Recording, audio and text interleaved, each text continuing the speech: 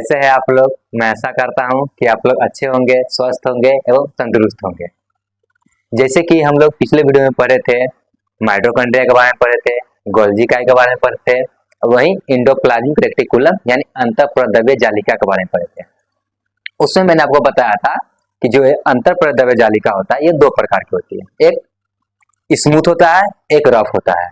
ठीक है, जैसे मैंने आपको बताया था कि स्मूथ जो होता है उस पर वसा का निर्माण होता है, और वही जो मैं आपको बताया था जो रफ होता है उस पर राइबोसोम पाया जाता है, और राइबोसोम क्या करता है, प्रोटीन का निर्माण करता है।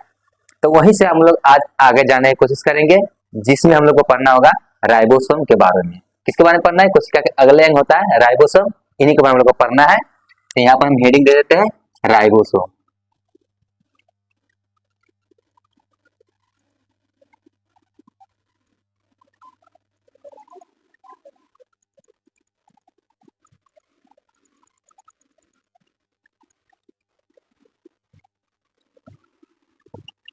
राइबोसोम, ठीक है। जैसे मैंने आपको बताया था कि राइबोसोम का काम क्या है, प्रोटीन का निर्माण करना है। ठीक, जो राइबोसोम होती है ये हमारा कहाँ पाया जाता है, अंतःप्रद्रव्य जालिका में पाया जाता है। ऐसे एक बात और आपको जानना चाहिए, जो राइबोसोम होता है ये कोशिका का सबसे छोटा अंग, सबसे छोटा सा अंग होता है। मतलब आपसे कोई पूछ दे कि कोशिका का सबसे छोटा अंग कौन होता है, तो कोशिका में सबसे छोटा अंग होता है ये हमारा राइबोसोम होता है। तो इन बातों के इनके बारे में कुछ हम यहाँ पर लिख दे रहे हैं, जैसे कि राइबोसोम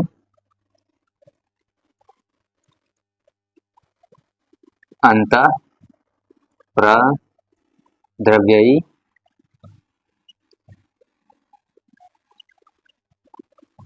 जालिका के ऊपर पाया जाता है।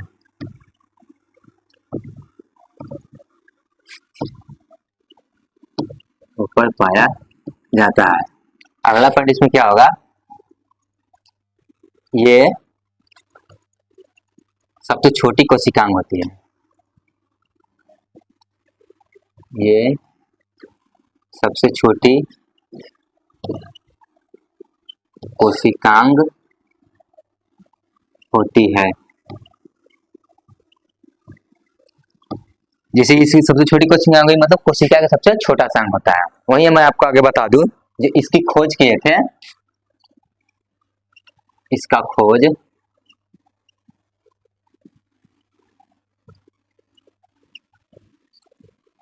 जॉर्ज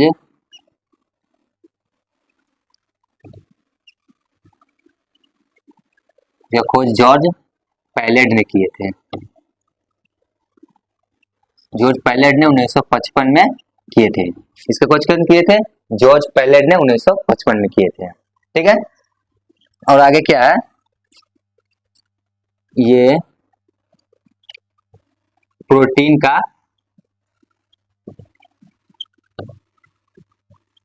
संश्लेषण करता है।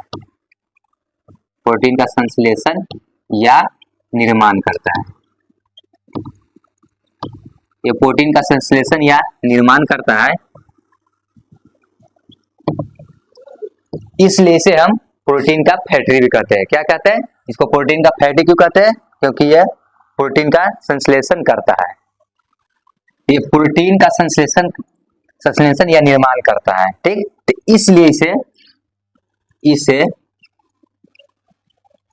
प्रोटीन का फैक्ट्री कहते हैं। जो राइबोसोम बना होता है, राइबोसोम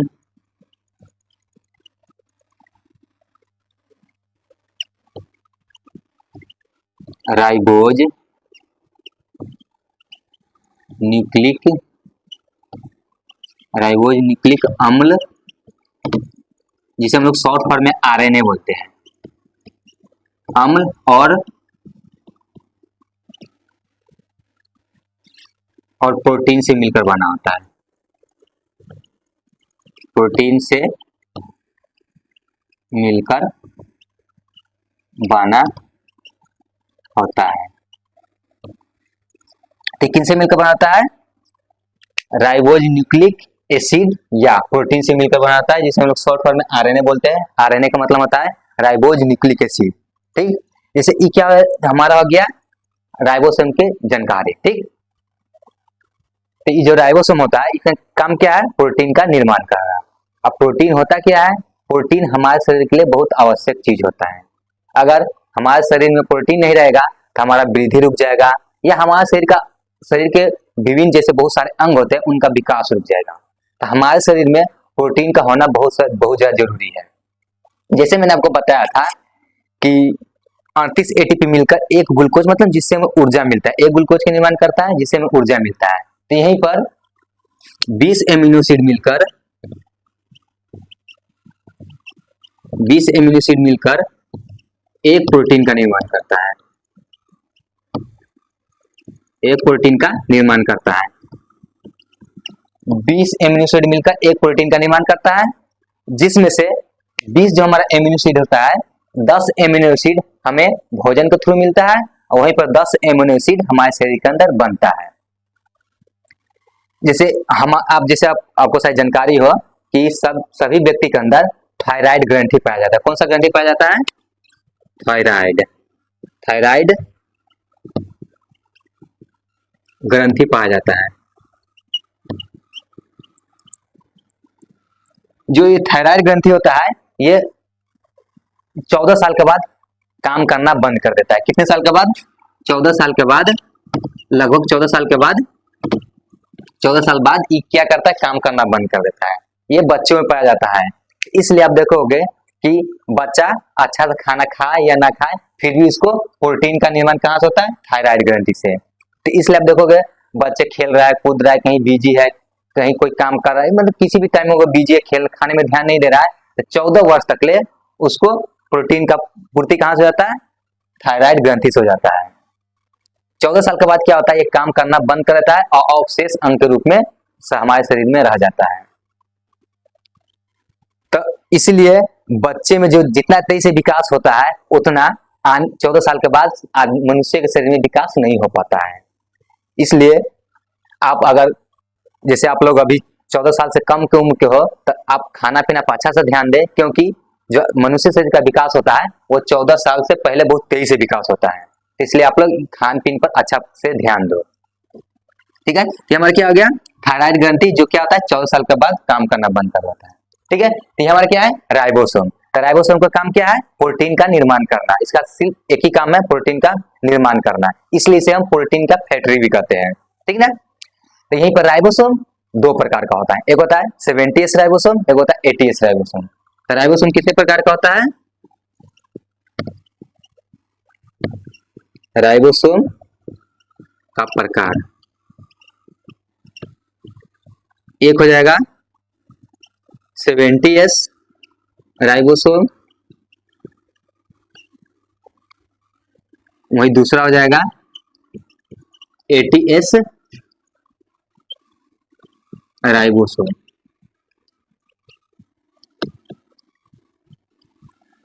हमारे शरीर में कितने राइबोसोम पाए जाते हैं, हमारे राइबोसोम का जो प्रकार होता है दो प्रकार का होता है, एक 70S राइबोसोम, एक 80S राइबोसोम। ठीक, तो आप इसे नोट्स कर ले या इसे स्क्रीनशॉट ले ले, इसके बाद इन दोनों के बारे में हम आगे बताएंगे। जैसे मैंने अभी आपको बताया कि जो राइबोसोम होते हैं दो प्रकार के होते हैं, एक 70S राइबोसोम, एक 80S राइबोसोम। तो जो 70S राइबोसोम होते हैं ये हल्का होता है और प्लस में ये प्रोकैरियोटिक कोशिकाओं में पाया जाता है। प्रोकैरियोटिक कोशिकाएं मतलब जिसे हम खुली आंखें यानी नगण्य आंखों से नहीं देख सकते हैं, उसे देखने के लिए हमें माइक्रोस्कोप की जरूरत पड़ेगी। वही जो 80S राइबोसोम होता है वो भारी होता है और वही यूकैरियोटिक कोशिकाओं में पाया जाता है। यूकैरियोटिक कोशिकाएं जैसे हम मानव आ गए, बकरी, गाय, भैंस, सब क्या हो गए, यूकैरियोटिक कोशिकाएं।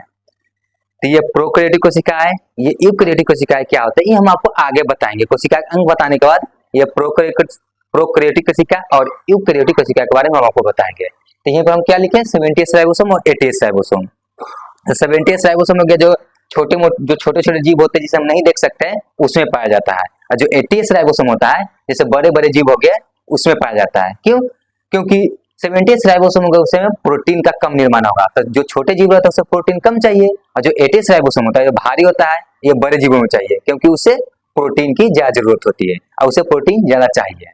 ठीक है, तो आप इसे नोट कर लो, आप इसे या स्क्रीनशॉट ले लो। इसके बाद हम आगे इसके अगले अंग के बारे में बात करेंगे। जैसे हम अभी यहाँ पर राइबोसोम के बारे में देखें, राइबोसोम जैसे 70S 80S दो प्रकार का होता है, इन सभी के बारे में देखें। अब हम लोग देखेंगे लाइसोसोम के बारे में। ठीक, तो जो ये लाइसोसोम होता है ये भी कोशिका का एक छोटा सा अंग होता है। जैसे सेंट्रोसोम हमारा जैसे हमारा राइबोसोम होता है कोशिका का छोटा अंग, ये भी हमारा क्या होता है, लाइसोसोम भी एक कोशिका का छोटा सा अंग होता है। जैसे हम यहाँ पर क्या क्या चीज के बारे में पढ़ गए, जैसे हमारे यहाँ पर क्या होता है, केंद्रक हो जाता है, तो हम लोग पढ़ गए माइटोकॉन्ड्रिया के बारे में, पढ़ गए सेंट्रोसोम के बारे में, सेंट्रोसोम राइबोसोम के बारे में पढ़े हैं, गोल्जी बॉडी के बारे में पढ़े हैं। अभी हम लोग पढ़ेंगे लाइसोसोम के बारे में। हम लोग यहाँ पर भी इंडोप्लाज्मिक रेटिकुलम के बारे में भी पढ़ लिए हैं। ठीक, तभी हम यहाँ पर किसके बारे में देखेंगे, लाइसोसोम के बारे में। ठीक है, तो जो लाइसोसोम होता है भी कोशिका क्या होता है, छोटा सा अंग होता है। जो लाइसोसोम होता है ये सिर्फ जंतु कोशिका में पाया जाता है। किसमें पाया जाता है, सिर्फ जंतु कोशिका में पाया जाता है। इसका कार्य क्या होता है, जैसे कोशिका के अंदर बहुत सारे पदार्थ जाते हैं, तो इसका कार्य होता है उन पदार्थों का पाचन करना। क्या होता है, उन पदार्थों का पाचन करना। कहीं पर लिख दिया है ये कोशिका के अंदर पाचन का कार्य करता है। इसका आकार बहुत छोटा और थैली जैसा होता है। ये कोशिका बहुत पूरा छोटा होता है, इसमें भी सबसे छोटा कौन होता है, लाइसोसोम। ठीक, इसकी खोज 1958 में किसने किया था, डी डुबे ने किया था। तो लाइसोसोम की खोज किसने किया था, 1958 में डी डुबे ने किया था। इसके अंदर एक जल अपघटक एंजाइम पाया जाता है। क्या पाया जाता है, जल अपघटक एंजाइम। इसका मुख्य कार्य यही होता है, जल अपघटक एंजाइम का। इसका काम क्या होता है, अगर कोई कोशिका के अंग कार्य नहीं कर रहा है या काम नहीं कर रहा है, तो जल अपघटक एंजाइम क्या करेगा, उसे नष्ट कर देगा। या पूरी कोशिका ही कार्य करना बंद कर दिया हो, तो जो लाइसोसोम होते हैं वो खुद में कटकर पूरी कोशिका को नष्ट कर देता है। ठीक है, तो इसलिए से हम लोग आत्महत्या का थैली बोलते हैं। क्यों, क्योंकि ये खुद के साथ पूरे को नष्ट कर देता है। इसलिए से हम क्या बोलेंगे, आत्महत्या का थैली। ये सिर्फ किसमें पाया जाता है, जंतु कोशिका में पाया जाता है। यहाँ पर हम यहाँ पर एक और पॉइंट लिख देंगे, लाइसोसोम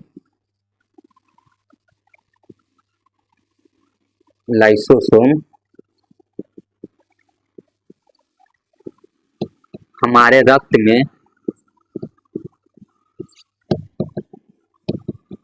नहीं पाया जाता है। क्या होता है, लाइसोसोम हमारे रक्त में नहीं पाया जाता है। अब लाइसोसोम का काम क्या होता है, जैसे कि मान लो आपको कहीं चोट लग गया, जैसे मान लो हमें यहाँ चोट लग गया, कट गया, या कुछ किसी कारणवश से यहाँ पर हमें घाव हो गया या बहुत गहरा चोट लग गया। जब हमें चोट यहाँ पर लगेगा तो क्या होगा, यहाँ का सारा कोशिका मर जाएगा। और जब यहाँ का सारा कोशिका मर जाएगा तो इन कोशिका को हटाने का काम कौन करेगा, लाइसोसोम आएगा और इस पर जल अपघटक एंजाइम छिटकर इस यहाँ पर जितने मरे हुए कोशिका रहेगा उनको नष्ट कर देगा। उसके बाद क्या होगा, हमारे यहाँ का घाव ठीक हो जाएगा। घाव ठीक क्यों होगा, जब लाइसोसोम तो वहाँ पर क्या होगा, नष्ट करके चल जाएगा। और यहाँ पर जो पुराना कोशिका रहेगा, जो मर गया कोशिका रहेगा, उसको जब नया कोशिका बनाने का काम कौन करेगा, सेंट्रोसोम। ठीक, तो जो लाइसोसोम होता है इसका काम क्या होता है, हम मरे हुए कोशिका को नष्ट करना। हमारे शरीर में कहीं भी चोट लग जाएगा तो वहां को कोशिका को, मरे हुए कोशिका को नष्ट करने का काम कौन करेगा, लाइसोसोम। तो लाइसोसोम क्या होता है, हमारे रक्त में नहीं पाया जाता है। हमारे रक्त में नहीं पाया जाता है, तो आप ये सोच रहे होंगे कि जब रक्त में नहीं पाया जाता है तो जब रक्त मर जाता होगा तो रक्त का क्या होता है। तो हम आपको बता दें कि हमारे बायां साइड, यहाँ पेट के जो बायां साइड होता है, यहाँ पर प्लीहा पाया जाता है, स्प्लीन पाया जाता है, जो क्या करता है, वहां पर मरे हुए रक्त सब जाकर एकत्रित हो जाता है। और जो प्लीहा क्या होता है, वो मरे हुए रक्त को धीरे धीरे नष्ट कर देता है।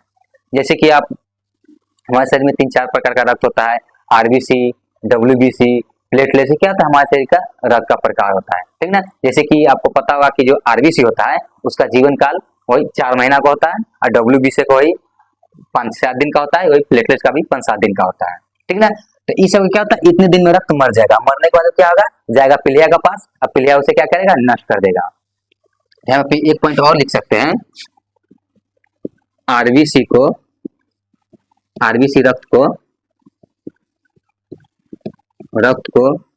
आरबीसी रक्त का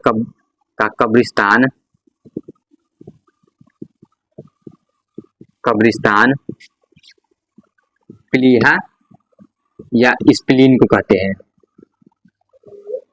जो ये आरबीसी रक्त का कब्रिस्तान किसे कहते हैं, प्लीहा स्प्लीन को। क्यों कहते हैं, क्योंकि इसमें जाकर जो रक्त होता है नष्ट हो जाता है। ये बात याद रखना कि हमारे रक्त में आरबीसी नहीं पाया जाता है। ठीक, तो जो रक्त का नष्ट करने का काम कौन करता है? पीलिया स्प्लीन। इसलिए रक्त का कब्रिस्तान किसे बोलते हैं? पीलिया या स्प्लीन को बोलते हैं। तो ये हमारा क्या हो गया? लाइसोसोम। और लाइसोसोम का काम क्या होता है? मरे हुए कोशिकाओं को नष्ट करना। जब हमारे शरीर में कहीं कट फट जाता है तो हमारी कोशिका मर जाता है, तो वहां कोशिका को नष्ट करने का काम कौन करता है? लाइसोसोम। तो ये हमारा हुआ लाइसोसोम के बारे में। आप इसे नोट कर ले या स्क्रीनशॉट ले ले। इसके बारे में हम अब अगला अंक के बारे में जानेंगे, सेंट्रोसोम क्या होता है। ठीक है, अभी हम लोग देखें लाइसोसोम के बारे में, ठीक ना। अब इस कोशिका के अगला अंक के बारे में देखेंगे जो हमारा सेंट्रोसोम। इसे हम लोग तारकाय बोलते हैं। हिंदी में क्या बोलते हैं? तारकाय, तारकाय। इसे इंग्लिश में बोलेंगे सेंट्रोसोम। सेंट्रोसोम क्या बोलेंगे इसे? सेंट्रोसोम। हिंदी में बोलेंगे तारकाय। ठीक है, जो सेंट्रोसोम होता है इसकी खोज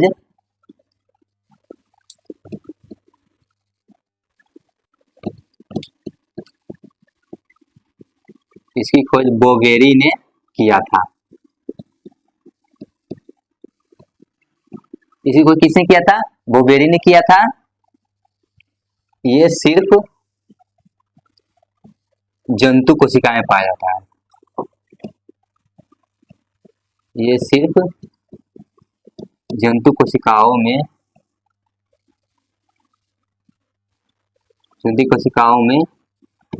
पाया जाता है।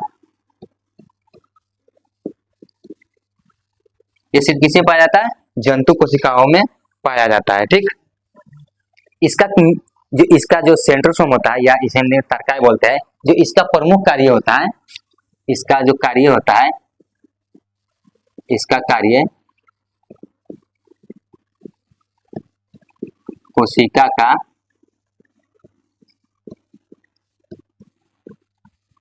का विभाजन करना है। इसका कार्य क्या हो गया? कोशिका का विभाजन करना। जो सेंट्रोसोम होता है तारकाय, ये हमारे मस्तिष्क में नहीं पाया जाता है, नहीं पाया जाता है, जिस कारण हमारे तंत्रिका तंत्र में कोशिका का विभाजन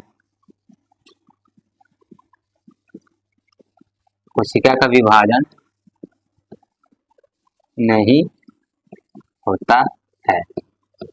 ठीक है, ये हमारे क्या है? सेंट्रोसोम। ठीक है, इसे हिंदी में बोलते हैं तारकाय, जिसका मुख्य कार्य क्या है? कोशिका का विभाजन करना। ठीक है, इसका मुख्य कार्य क्या होगा? कोशिका का विभाजन करना।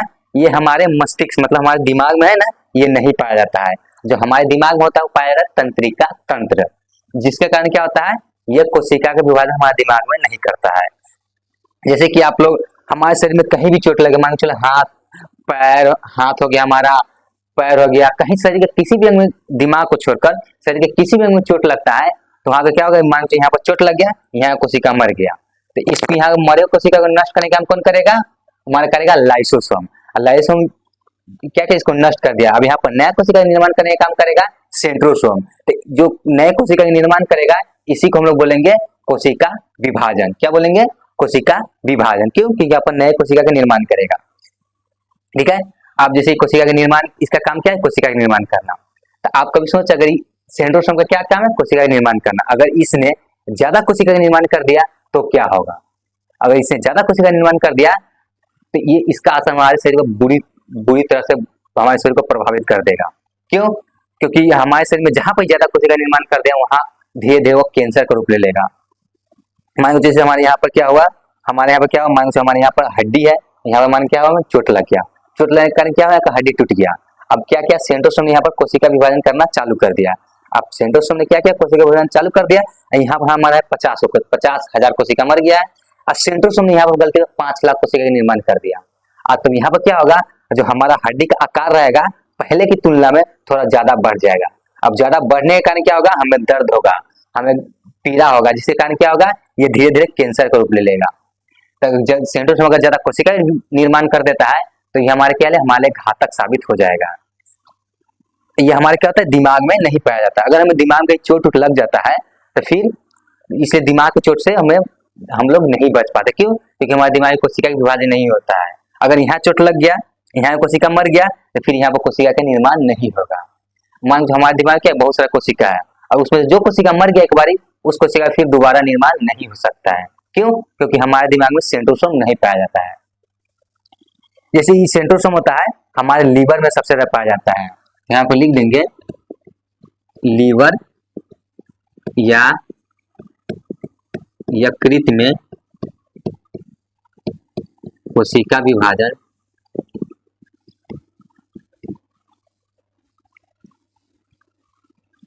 ज्यादा होता है। ठीक है, तो हमारे लीवर में सेंट्रोसोम क्या होता है, ज्यादा पाया जाता है, इसलिए हमारे लीवर में कोशिका का विभाजन ज्यादा होता है। इसलिए लीवर देखिएगा जितना जल्दी खराब होगा वो उतना जल्दी अपने आप को निर्माण भी कर लेता है। क्यों? क्योंकि लीवर में या यकृत में सेंट्रोसोम ज्यादा पाया जाता है, तो कोशिका विभाजन उसमें तेजी से होता है। ठीक है, तो यहाँ पर हम क्या समझे, तो जो हमारा सेंट्रोसोम होता है इसका काम क्या होता है, कोशिका का विभाजन करना। ठीक है, तो इस किसमें पाया जाता है, जंतु में पाया जाता है, या जंतु जैसे हो गया हम लोग में पाया जाता है। ठीक, तो आप सोच रहे होंगे कि पादप कोशिका में कोशिका विभाजन कौन करता है, तो पादप कोशिका में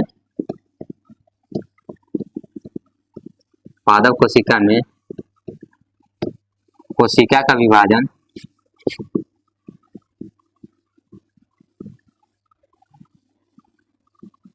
सेल प्लेट द्वारा होता है। सेल प्लेट द्वारा होता है। तो हम लोग जैसे जीव जंतु हो गए, उसमें कोशिका विभाजन किसके द्वारा होता है, सेंट्रोसोम के द्वारा होता है, जिसे हम हिंदी में तारकाई भी बोलते हैं। वहीं पादप कोशिका में कोशिका विभाजन किसके द्वारा होता है, सेल प्लेट के द्वारा होता है। तो आज की क्लास में हमारे लिए इतना ही है। आप लोग इसे नोट कर लीजिए और स्क्रीनशॉट ले लीजिए। अगर मेरा क्लास आपको अच्छा लगा हो, मेरी जानकारी आपको अच्छा लगा हो, तो प्लीज चैनल को सब्सक्राइब कर दे, वीडियो को लाइक कर दे, थोड़ा शेयर कर दे। वीडियो को देखने के लिए धन्यवाद।